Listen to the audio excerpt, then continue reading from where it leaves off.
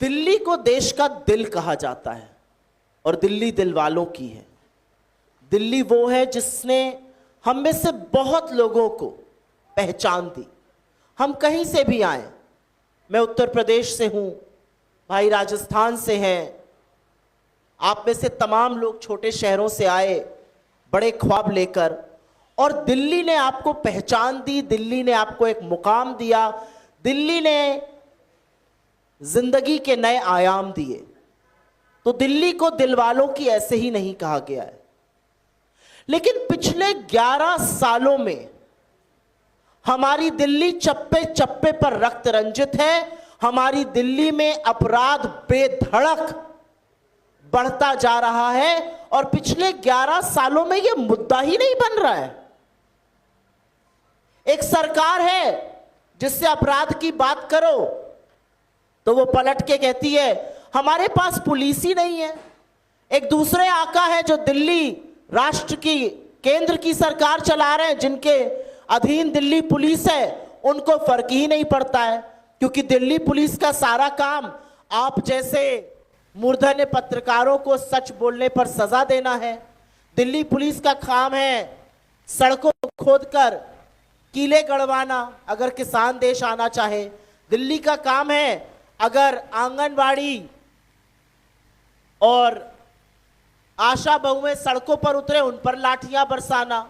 दिल्ली का काम है, दिल्ली पुलिस का काम है युवा अगर अपने हक की बात करे, अपनी नौकरियों की बात करे, तो उन पर कड़कड़ाती हुई सर्दी में वाटर कैनन बरसाना। तो दिल्ली पुलिस को यहां पर बेधड़क बढ़ते अपराध से कोई मतलब ही नहीं है। और मैं आग्रह करती हूं कि इस ग्राफिक को आप लोग थोड़ा ध्यान से देखिए। ये 2014 से शुरू होकर 2022 में क्या क्या क्राइम और किस कदर क्राइम, किस तरह कदर अपराध बढ़ा दिल्ली में, उसका ब्यौरा देता है। जिस 2013 का मैंने जिक्र इसमें नहीं किया है, मौखिक रूप से आपको बता देती हूं, 80,000 क्राइम दिल्ली में होते थे सालाना, और वो चौगुना बढ़कर 3,20,000 हो गए। और मफलर बांधकर खासकर सहानुभूति के बल पर सत्ता में आए लोग चुप रहे, उन्होंने कुछ नहीं कहा। और जो लोग 26 साल बाद दिल्ली को लेकर जागे हैं, वो बेधड़क इस क्राइम को उन्होंने बढ़ने दिया और उन्होंने इसको खत्म करने के लिए, इसको कंट्रोल करने के लिए नील बटा सन्नाटा प्रयास किए। 80,000 वार्षिक क्राइम 3,20,000 पर पहुंच गए। और अब मैं अनुरोध करती हूं कि आपको अगला ग्राफिक दिखाया जाए। मेरे साथ मंच पर 2 महिलाएं हैं, पत्रकार बंधुओं हैं यहां पे। यह है घटनाएं दिल्ली की, पढ़ लीजिए इन घटनाओं को। 2014 से 24 तक 18,285 हत्याएं, 7,000 के करीब हत्याओं का प्रयास, चोरी के मामले। और अभी मैं आपको क्रमवार तरीके से देश का औसत और दिल्ली का औसत भी बताऊंगी। चोरी के मामले 19,20,000 चोरियां हो रही है दिल्ली में। और चोरी अमीरों के यहां नहीं होती है, चोरी मध्यम वर्ग और गरीब लोगों के यहां होती है। यह असलियत है। और अब मैं बात करना चाहती हूं महिला अपराध की। आपके सामने 17,956 बलात्कार के मामले हैं, लेकिन असलियत यह है हर घंटे 2 महिलाओं के खिलाफ दिल्ली में अपराध हो रहा है। हर घंटे दिन के 40 अपराध महिलाओं के खिलाफ हो रहे हैं। ये आंकड़े हम अपने घर से लेकर नहीं आए हैं, ये कांग्रेस के रिसर्च डिपार्टमेंट ने तैयार नहीं किया है, ये आंकड़ा एनसीआरबी का है। और इस आंकड़े का बेसिस है जो असलियत हमने आपको बताई। 40 अपराध दिन के 24 घंटे में दिल्ली की महिलाओं के साथ होते हैं, 2 हर घंटे। लेकिन क्या आपने आम आदमी पार्टी को इसके बारे में बात करते सुना? क्या आपने दिल्ली पुलिस को, दिल्ली की केंद्र सरकार को इसके बारे में बात करते हुए सुना? दिल्ली दहल गई, एक छोटी सी दलित बच्ची के साथ दुष्कर्म हुआ। आप के मुंह पर ताला बंधा रहा और केंद्र की अमित शाह की सरकार को यह ज्यादा चिंता थी कि लोकसभा के सांसद और लोकसभा में नेता प्रतिपक्ष राहुल गांधी वहां गए, उनका ट्विटर अकाउंट बंद कराने में उन्होंने ज्यादा समय खर्च किया, उनको उस बच्ची की चिंता नहीं थी। हर घंटे 2 बेटियां दिल्ली के अपराध का शिकार हो रही हैं, लेकिन आम आदमी पार्टी और बीजेपी की जुगलबंदी उस पर कुछ नहीं बोल रही है। 11 साल से आपकी सरकार है, हर बार आप केंद्र से भिड़ते हैं अगर आपके स्वार्थ का कोई मामला हो, लेकिन जब दिल्ली की बेटियों की, दिल्ली के लोगों की, क्राइम की, बच्चों की बात आती है, आप चुप हो जाते हैं। और अमित शाह और नरेंद्र मोदी बड़ी बड़ी बातें छानते हैं, बड़ी बड़ी जलेबियां बनाते हैं, दिल्ली में होता क्राइम उनको दिखता नहीं है। और अब आपको मैं क्रमवार तरीके से आपकी जानकारी के लिए, जिसको हम साझा भी करेंगे, ये पूरा नोट पढ़ देती हूं। दिल्ली में हर साल 6000 के करीब किडनैपिंग और अबडक्शन के मामले हो रहे हैं। दिल्ली में बच्चों के खिलाफ होने वाला अपराध हिंदुस्तान में सबसे ज्यादा है, 8080। दिल्ली में करीब 85,000 महिलाओं के खिलाफ अपराध के मामले लंबित हैं और जो पेंडेंसी रेट है वो देश में सबसे ज्यादा 97% से ऊपर है।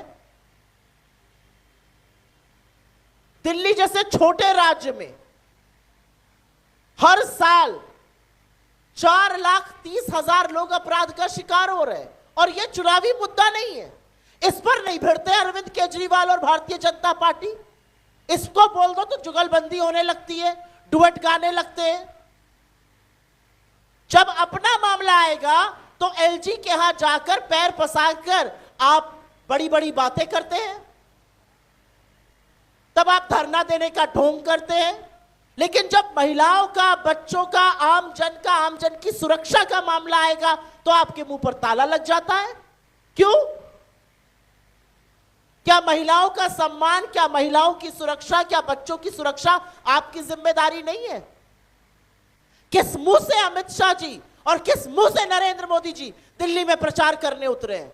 26 साल दिल्ली ने बाहर रखा है, फिर खदेड़े जाएंगे, क्योंकि दिल्ली समझती है कि आपकी देखरेख में, आपकी छत्र छाया में दिल्ली अपराध की कैपिटल बनी हुई है। विश्व में, पूरे विश्व में दिल्ली में जो क्राइम रेट है वो 14241, 1424, जो विश्व में सबसे अधिक है। जो क्राइम रेट विश्व का औसतन 258 है, दिल्ली का 1400 से ऊपर है। इसके लिए कौन जिम्मेदार है? इसके लिए आप और बीजेपी दोनों जिम्मेदार हैं। और इससे पहले कि आम आदमी पार्टी ये रोना रोए, क्योंकि रोना रोने की आदत है कि हम क्या करें, हमारे पास तो पुलिस नहीं है। अरे बगल के पंजाब में आपको पुलिस और प्रशासन दोनों मिला है, क्या हाल कर दिया आपने पंजाब का। असलियत यह है कि पंजाब के थानों में आज बम चल रहा है। असलियत यह है कि पंजाब की सुरक्षा व्यवस्था, कानून व्यवस्था पूरी तरह से ध्वस्त कर दी है। और जो लोग दिल्ली में वापस लौटने का दावा कर रहे हैं, जिनको 26 साल तक बाहर रखा गया, उनका लेखा जोखा, उनकी कलई मैंने ऑलरेडी खोल दी है। अमित शाह जी को यह ज्यादा चिंता है कि एक 21 साल की लड़की किसी चीज पर बोल दे तो उसको दिल्ली पुलिस पकड़ने बेंगलोर पहुंच जाती है। लेकिन अमित शाह को यह चिंता नहीं है कि दिल्ली की हर महिला आशंकित है, आतंकित है, परेशान है, मैं घर से निकलूं मेरे साथ कुछ हो ना जाए। इसका जवाब कौन देगा? किसकी जवाबदेही है दिल्ली को लेकर? आज सवाल यह पूछा जाएगा। बड़े बड़े इश्यूज लेकर आते हैं, सारे इश्यूज जो उनके अपने हैं, स्वार्थ निहित, जिसमें अरविंद केजरीवाल जी का महिमा मंडल हो, जिसमें बीजेपी का महिमा मंडल हो, इसी पर भिड़े रहते हैं। अरे दिल्ली समझ रही है, दिल्ली समझ रही है कि मुद्दों की राजनीति से आप कोसों दूर है। आप फर्जी वादे करते जाइए। दिल्ली पूछना चाहती है 11 साल में क्यों नहीं कर दिया ये सब। दिल्ली पूछना चाहती है हमारी सुरक्षा पर सवाल क्यों नहीं उठाया। और एक अंतिम बात कहकर अपनी बात समाप्त करती हूं।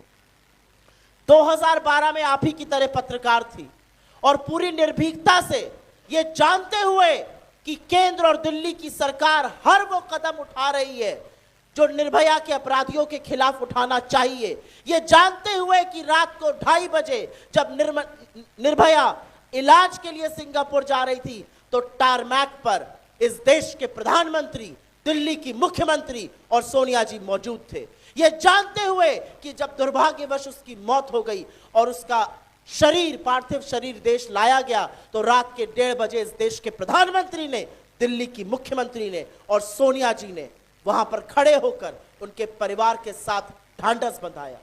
ये जानते हुए कि राहुल गांधी जी ने निर्भया के भाई का भरण पोषण का भार उठाया और कभी मीडिया में स्टोरी प्लांट नहीं करी कि उनका महिमा मंडन हो। यह सच भी तब सामने आने दिया गया जब निर्भया की मां ने खुद इस पर बोला कि मेरा बेटा पायलट आज राहुल गांधी की वजह से बना है। ये जानते हुए, ये सब जानते हुए, एक पत्रकार होते हुए दिल्ली के इंडिया गेट पर खड़े होकर पत्रकारिता करी, सवाल पूछे, लेकिन कभी देशद्रोह का मुकदमा नहीं लगा हमारे सामने। और अपने इर्द गिर्द बीजेपी वालों को देखा, अपने इर्द गिर्द आप वालों को देखा, लेकिन पिछले 11 साल से एक बार भी ना एक बीजेपी के मुंह से चू निकली, ना एक आपके मुंह से शब्द निकला और बेधड़क अपराध बढ़ता रहा। जो गुना अपराध राष्ट्र की राजधानी दिल्ली में जो 80,000 होता था 2013 में, वो 3,20,000 पार कर गया और इनमें से किसी के कान पर जू नहीं रहेंगी। आज सवाल यह है कि दिल्ली अपराध को बेधड़क होने पर, अपनी असुरक्षा पर आशंकित रहेगी या एक बड़ा फैसला करेगी। और जहां जहां हम जा रहे हैं स्पष्ट दिख रहा है कि दिल्ली ने बदलाव का, दिल्ली ने बड़े फैसले का मन बना लिया है।